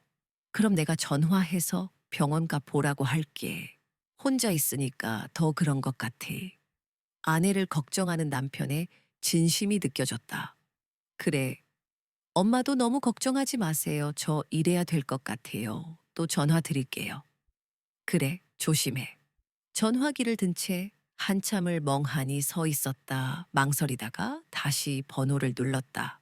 따르릉, 따르릉. 벨소리에 심장이 격렬하게 울렸다. 네, 긴급 신고센터입니다. 젊은 남자의 목소리가 수화기 너머로 들려왔다. 저기요. 목소리가 심하게 떨렸다. 네, 말씀하세요. 신고를 하려고 하는데요. 어떤 신고이신가요? 제가 어제 아들 집에 갔는데 냉장고에서 말문이 막혔다. 도대체 뭐라고 설명해야 할까? 냉장고에서 뭘 보셨나요? 이상한, 이상한 걸 봤어요. 좀 더 구체적으로 말씀해 주실 수 있나요? 얼어붙은 뭔가가 손가락 같은 신고자님. 혹시 주소 알려주실 수? 네. 현장 확인이 필요할 것 같습니다. 어느 지역이신가요? 떨리는 목소리로 아들의 집 주소를 알려주고 전화를 끊었다. 전화기를 든 채 멍하니 서 있었다. 정말 신고를 해버렸구나. 이제 되돌릴 수 없어. 잠시 후 경찰과 함께 아들의 집으로 향했다. 가족분이시죠?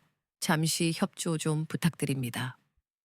김 형사가 며느리에게 정중하게 말했다. 며느리는 처음에는 당황한 표정을 지었다. 하지만 그 표정은 곧바로 바뀌었다. 희미하게 미소를 지으며 문을 활짝 열어줬다. 네, 들어오세요. 근데 정말 이상하네요. 무슨 일이세요? 목소리는 평소와 다름없었지만 나는 그 눈빛을 놓치지 않았다. 순간적으로 섬뜩한 기운이 스치는 것을 느꼈다. 경찰들이 신발을 벗고 안으로 들어섰다. 김 형사가 부엌을 가리키며 말했다. 냉장고 좀 확인해 봐도 될까요? 네, 당연하죠. 며느리가 앞장서서 부엌으로 향했다. 나는 뒤따라가면서 심장이 쿵쾅거리는 것을 느꼈다.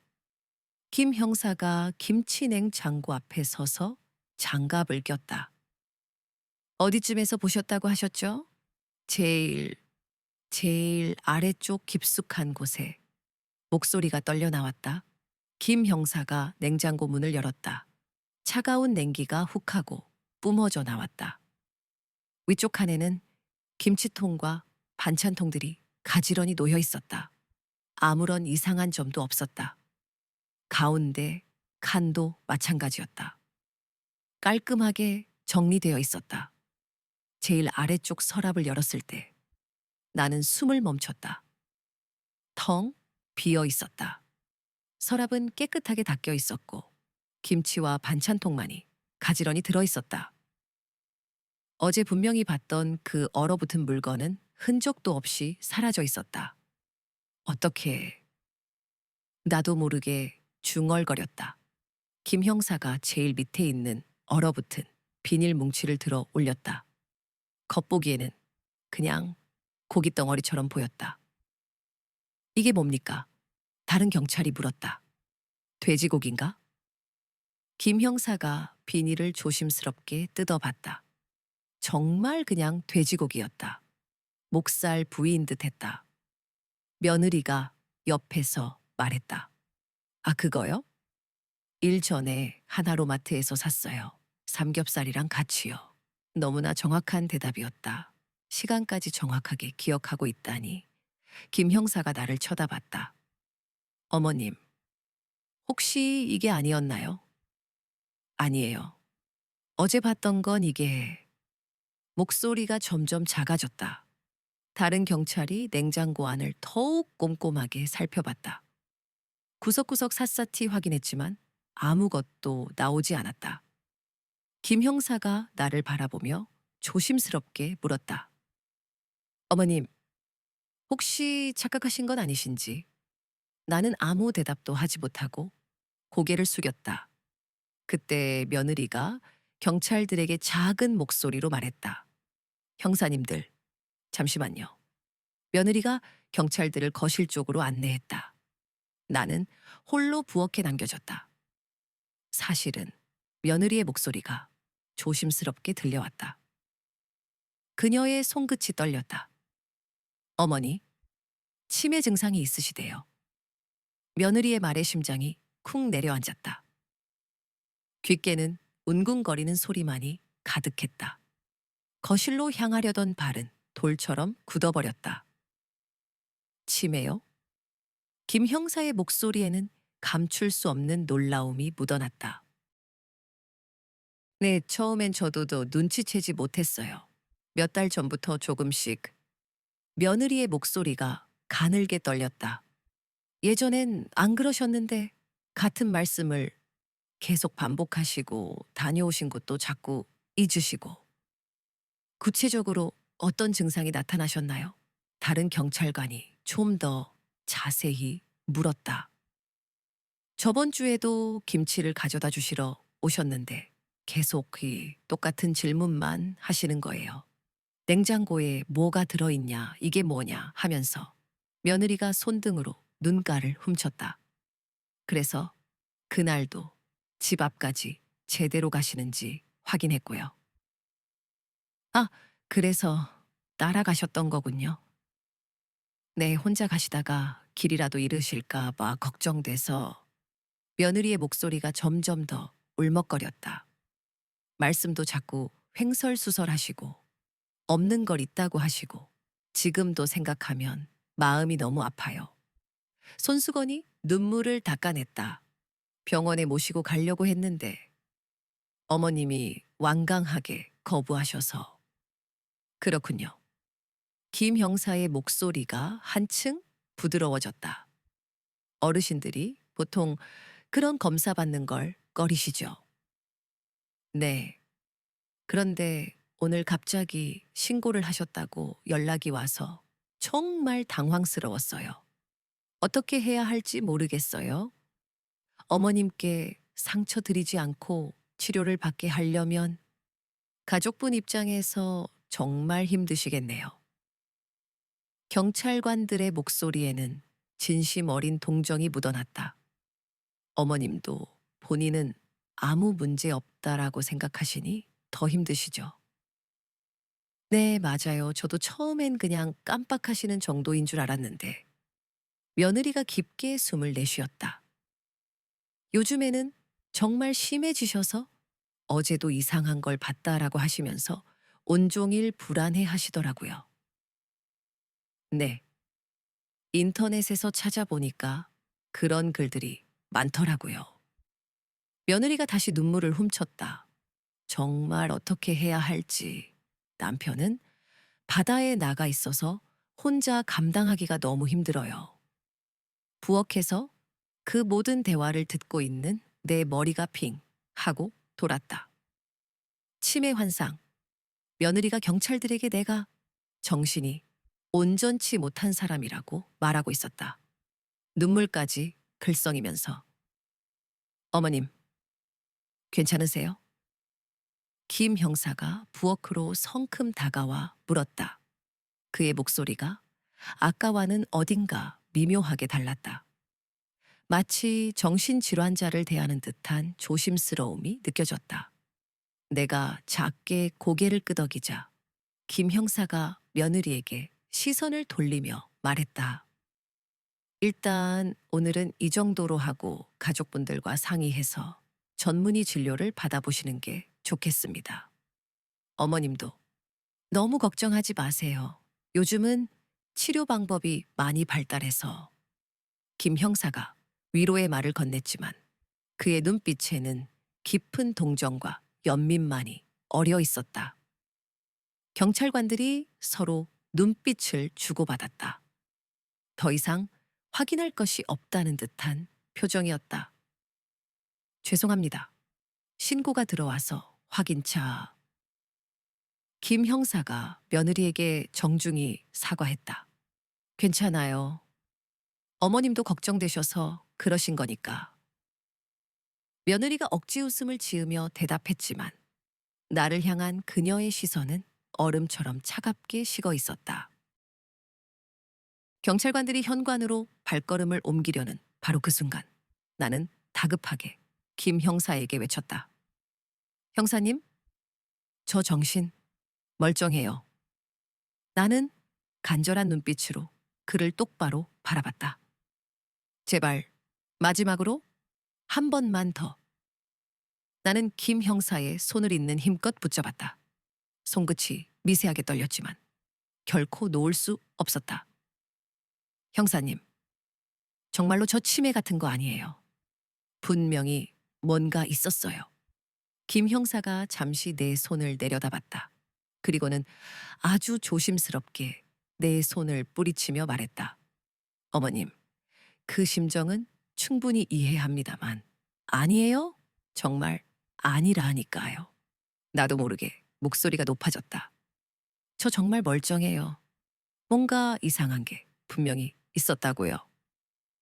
어머님, 진정하세요. 능 뒤에서 며느리가 나지막이 말했지만 아무것도 들리지 않았다. 형사님, 제발 한 번만 더 봐주세요. 김 형사가 난처한 표정을 감추지 못했다. 다른 경찰관은 이미 현관문 밖에 서 있었다. 김 형사가 잠시 망설이는 듯 하더니 이내 내 눈을 똑바로 바라봤다. 그 눈빛에서 아주 희미한 변화가 느껴졌다. 잠깐만요. 그럼 조금만 더 확인해 보겠습니다. 며느리의 얼굴에 순간적으로 당황한 기색이 스쳐 지나갔다. 하지만 곧 다시 억지 미소를 지으며 말했다. 뭘 더 확인하시려고요? 이미 다 보셨잖아요. 혹시 다른 냉장고나 냉동고는 없나요? 며느리의 표정이 묘하게 굳어졌다. 다른 냉장고요? 네. 김치 냉장고 말고 혹시 다른 냉장고는 없나요? 다른 건 딱히 없는데요. 김 형사가 다시 부엌을 꼼꼼히 둘러봤다. 일반 냉장고 문을 활짝 열어 냉동실까지 샅샅이 확인했다. 하지만 아무것도 나오지 않았다. 그는 곧바로 베란다로 나가 김치냉 장고가 하나 더 있는지 확인했지만 역시나 없었다. 다시 부엌으로 돌아온 김 형사는 싱크대 아래에 있는 수납장들을 하나씩 열어 살폈다. 그 안에는 냄비와 그릇, 그리고 각종 청소 용품들만이 가지런히 놓여 있었다. 여기는 뭐가 들어있나요? 김 형사가 찬장을 가리키며 조심스럽게 물었다. 그냥 쌀이랑 잡곡류예요. 며느리가 대답했지만 그녀의 목소리가 미세하게 떨리고 있었다. 찬장의 문을 열어보니 정말 쌀 포대와 잡곡 봉지들만이 가득 들어 있었다. 김 형사는 곧바로 거실로 나갔다. 거실 한쪽에 놓여 있는 커다란 수납장의 문도 열어 확인했다. 그 안에는 이불과 옷가지들만이 가지런히 정리되어 있었다. 안방으로 들어가 옷장 안도 꼼꼼히 확인했다. 옷들만이 옷걸이에 걸려 있었다. 작은 방도 마찬가지였다. 책상과 책장, 그 외에는 별다른 것이 없었다. 화장실 안도 꼼꼼히 살펴보았다. 세면 용품들만이 놓여 있었다. 분 가까이 집 안 곳곳을 샅샅이 뒤졌지만 그 어떤 단서도 찾아낼 수 없었다. 경찰관들의 얼굴에는 점점 지쳐가는 기색이 역력했다.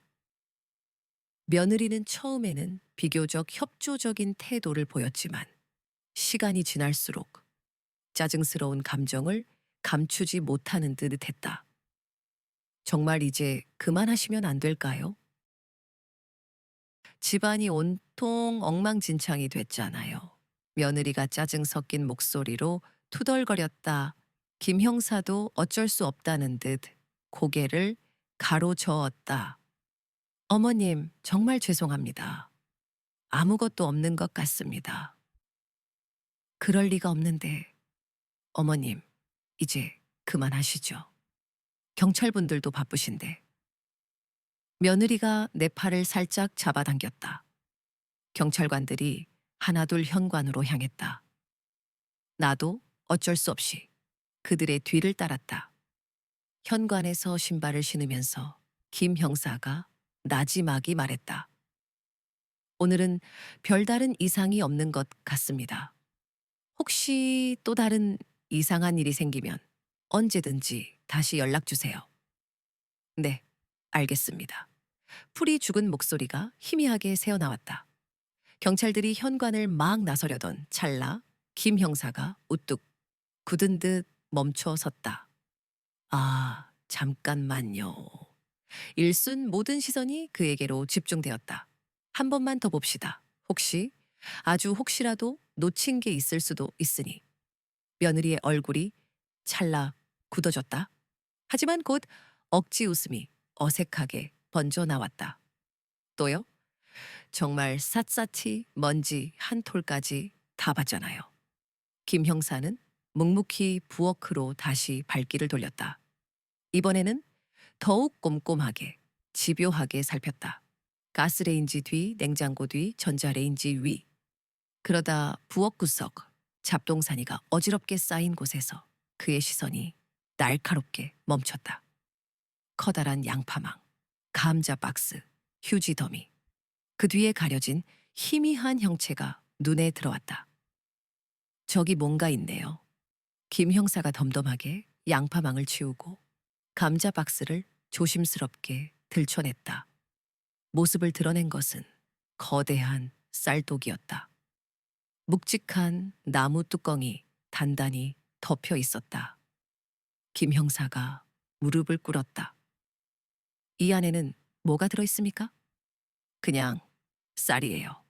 김 형사가 손을 뻗어 쌀을 쓸어 담았다. 그의 손끝이 미세하게 떨렸다. 이상하네. 뭐가요? 여기가 왜 이렇게 무겁죠? 그리고 김 형사가 손을 떼며 나지막이 말했다. 쌀독만 유독 차갑습니다. 그때 며느리가 뒤에서 다급하게 숨 막히는 듯 외쳤다. 그냥, 그냥 쌀이에요. 많이 들어있어서 무거운 거고. 하지만 김 형사는 이미 장갑을 끼고 있었다. 쌀독 뚜껑에 조심스럽게 손을 올렸다. 뚜껑이 열리자 하얀 쌀알이 가득 넘칠 듯 들어찬 모습이 눈에 들어왔다.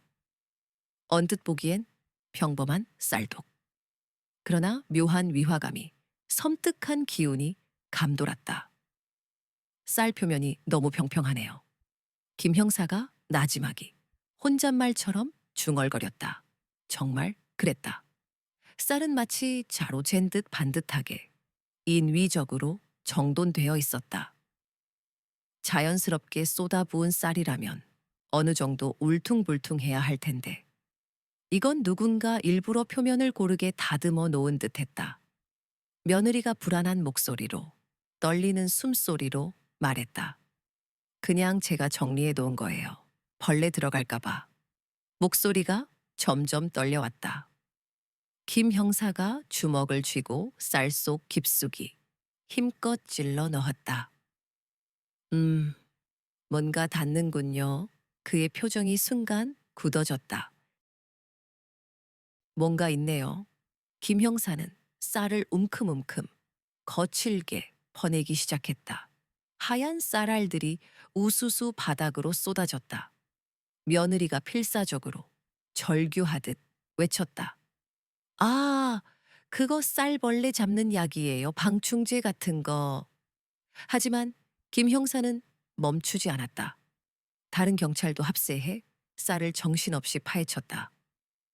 마침내 단단하고 차가운 얼음 같은 감촉이 손끝에 느껴졌다. 이건 방충제가 아니군요. 김 형사의 목소리가 낮게 억눌린 듯 가라앉았다. 쌀을 더 걷어내자 서리가 낀 비닐 뭉치가 희미하게 모습을 드러냈다. 투명한 비닐에 꽁꽁 겹겹이 쌓여 있었다. 이게 뭐죠? 김 형사가 조심스럽게 혐오감을 누르며 뭉치를 들어 올렸다. 며느리가 날카로운 비명을 질렀다. 그건 그냥 고기예요. 돼지고기. 그러나 김 형사는 이미 비닐을 찢고 있었다. 비닐이 뜯겨 나가자 숨 막히는 역겨운 정체가 드러났다. 김 형사가 급히 뒷걸음질 쳤다. 현장에서 시신 확인, 즉시 감식반 요청. 그가 무정의를 들고 단호하게, 냉정하게 말했다. 부엌 공기가 순식간에 얼어붙었다. 나는 쌀독 앞에 그대로 주저앉았다. 다리에 힘이 풀렸다. 정말? 정말 있었구나. 그제야 며느리의 얼굴이 완전히 일그러졌다. 더 이상 웃을 수도 변명할 수도 없었다. 아니에요. 그건 정말 고기라니까요. 마지막까지 발뺌하려 했지만 김 형사가 이미 그녀에게 성큼 다가가고 있었다. 손 뒤로 하세요. 아니에요. 정말 아니에요. 며느리가 소리치며 발악하며 뒷걸음질 쳤다. 다른 경찰이 재빨리 그녀를 붙잡았다. 김 형사가 차가운 수갑을 꺼내 들었다. 영장 없이 체포합니다. 찰칵. 수갑 채워지는 소리가 싸늘하게 부엌에 울려 퍼졌다. 그 소리가 귓가에 날카롭게 잔인하게 박혔다. 며느리가 수갑이 채워진 채 힘없이 바닥에 주저앉았다. 아니야, 아니라고. 나 정말. 하지만 이미 늦었다.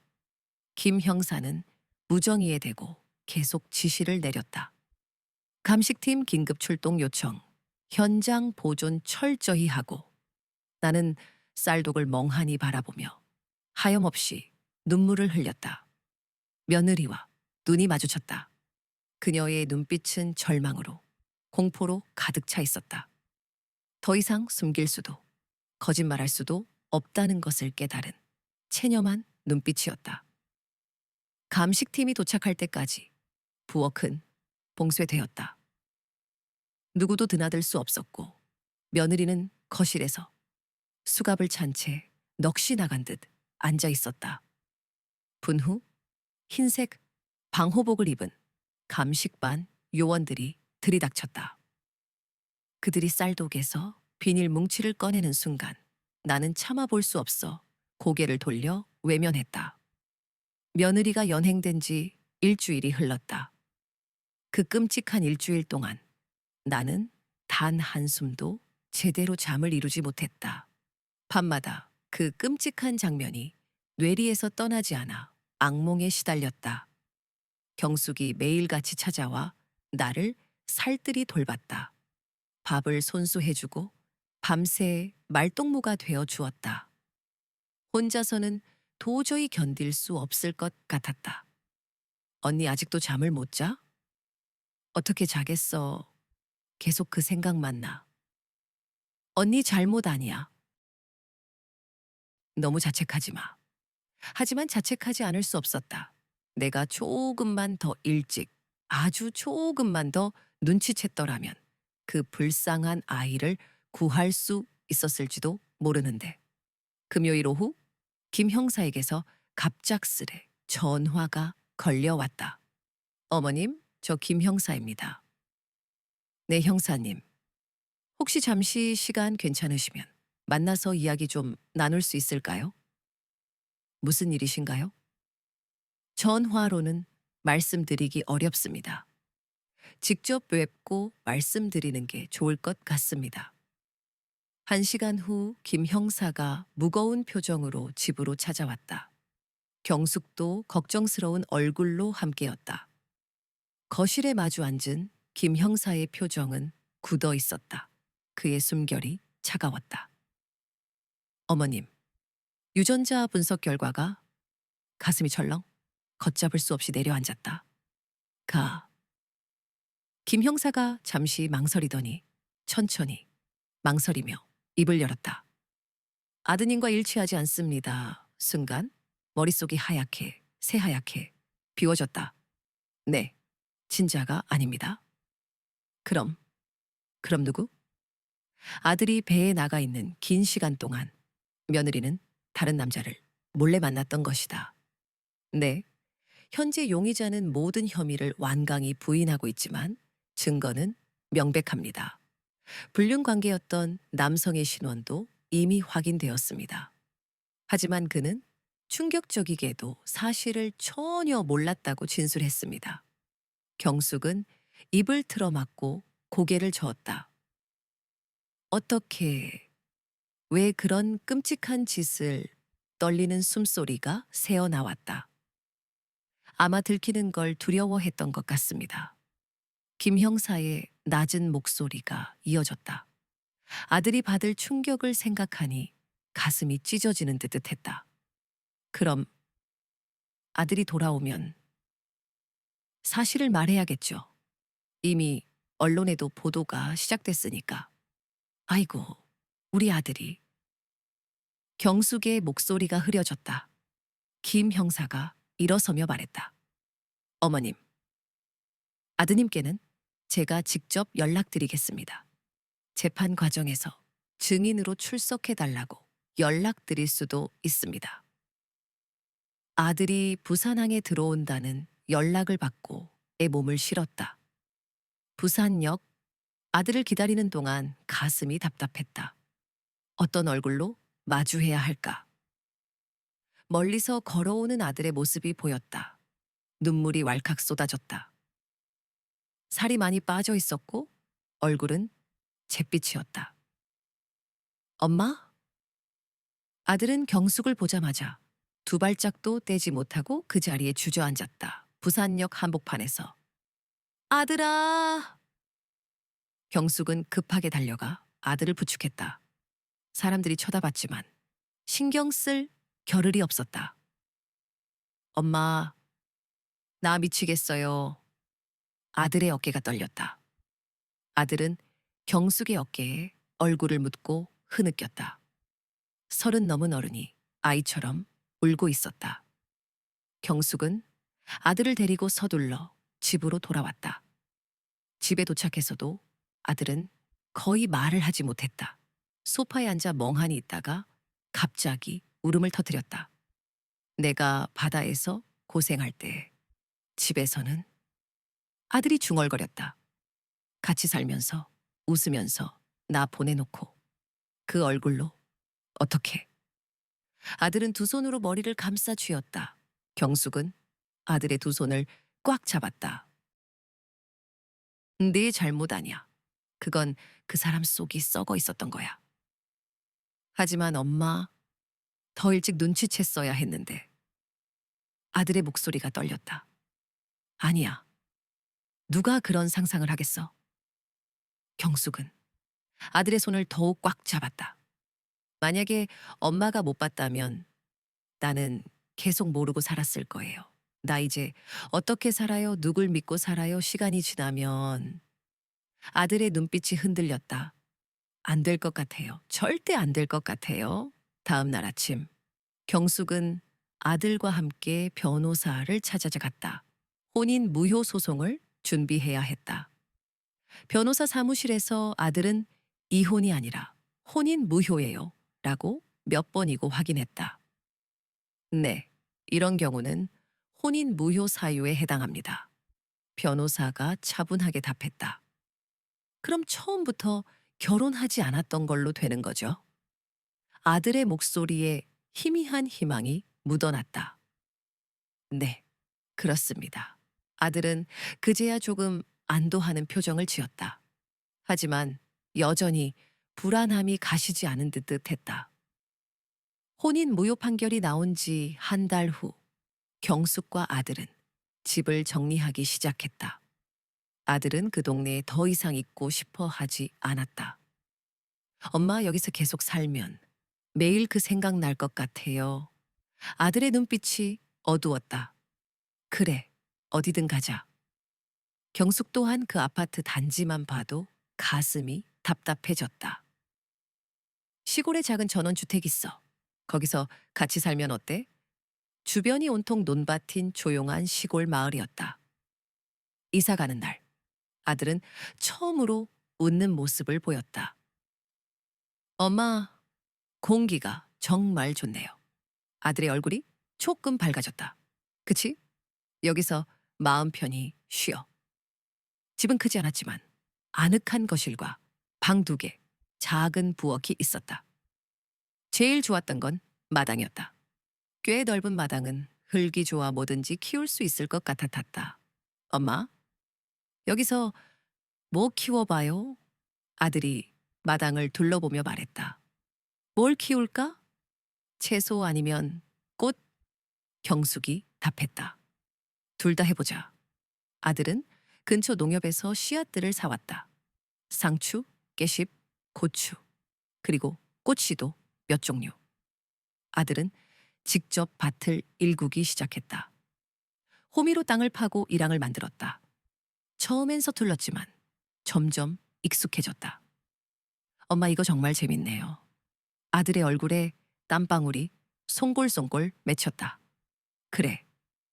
경숙은 아들을 흐뭇하게 바라봤다. 네. 뭔가 마음이 편해져요. 아들의 눈빛이 부드러워졌다. 흙을 만지고 있을 때 아들의 표정이 가장 평온했다. 도시에서는 볼 수 없었던 모습이었다. 여기 오길 잘했네. 경숙은 속으로 생각했다. 어느 날 저녁, 마당에서 차를 마시고 있는데 아들이 조심스럽게 입을 열었다. 엄마, 저 이제 괜찮은 것 같아요. 정말. 경숙의 심장이 두근거렸다. 네, 처음엔 힘들 줄 알았는데 여기 와서 이것저것 하다 보니까 아들의 눈빛이 따뜻해졌다. 다행이다. 경숙은 아들의 얼굴을 쓰다듬었다. 그리고 엄마가 옆에 있어서 더 그런 것 같아요. 아들이 경숙의 손을 잡았다. 그때 용기 내서 신고해 주셔서 고마워요. 뭘 고마워해? 당연한 거지. 경숙은 아들의 손을 더욱 꽉 잡았다. 엄마가 아니었으면 저는 평생 그 사람한테 속고 살았을 거예요. 그날 밤, 아들은 오랜만에 편안하게 잠들었다. 악몽도 없이 경숙 또한 마음이 놓였다. 이제 정말 괜찮아질 것 같다는 생각이 들었다.